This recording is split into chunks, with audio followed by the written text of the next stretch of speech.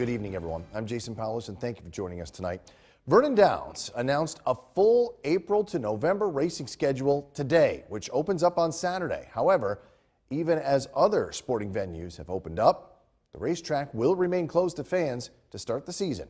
News Channel 2's James Corrigan tells us about the toll the pandemic has taken on the beloved track in our top story tonight.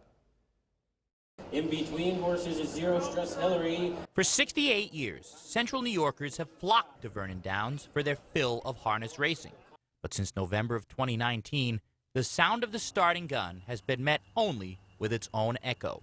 That won't change at first when the racing season at the Downs starts this Saturday, as fans will remain barred from the track pending state guidelines. We would be happy if we could have a couple hundred people, but we're really not sure because there is an owner's rule where owners are allowed as of last year. So we did have some owners on the property last year as the state allowed that. If we could have a couple hundred people on top of that, we'd be very happy here.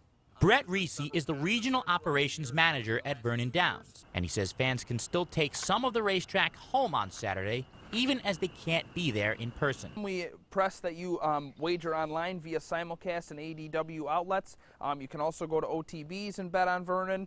Any way you can get your hands on the racing program and be able to bet on Vernon, we encourage you to do so. It will remain a shock for fans to not be able to come to the racetrack on beautiful nights like tonight.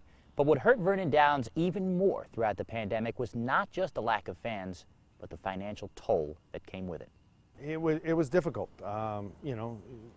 Everything through this COVID has been a challenge, and I don't think I've ever done so many food drives and so many things for the employees as we did this year. It's been far from easy for Vernon Downs even before the pandemic. The track was losing as much as $150,000 a month in recent years and has threatened to close as it faced competition from other regional racetracks and casinos. But as the region and the country slowly recovers from the pandemic, Vernon Downs Assistant General Manager Arthur Wood says that the racetrack will provide a much-needed sense of normalcy. A lot of it this week has been the phone calls I've taken.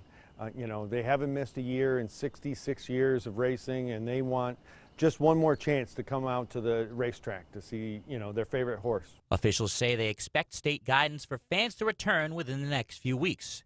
And when that happens, the race won't just be between the horses, it will be between the people looking to get back to the track. James Corrigan, News Channel 2.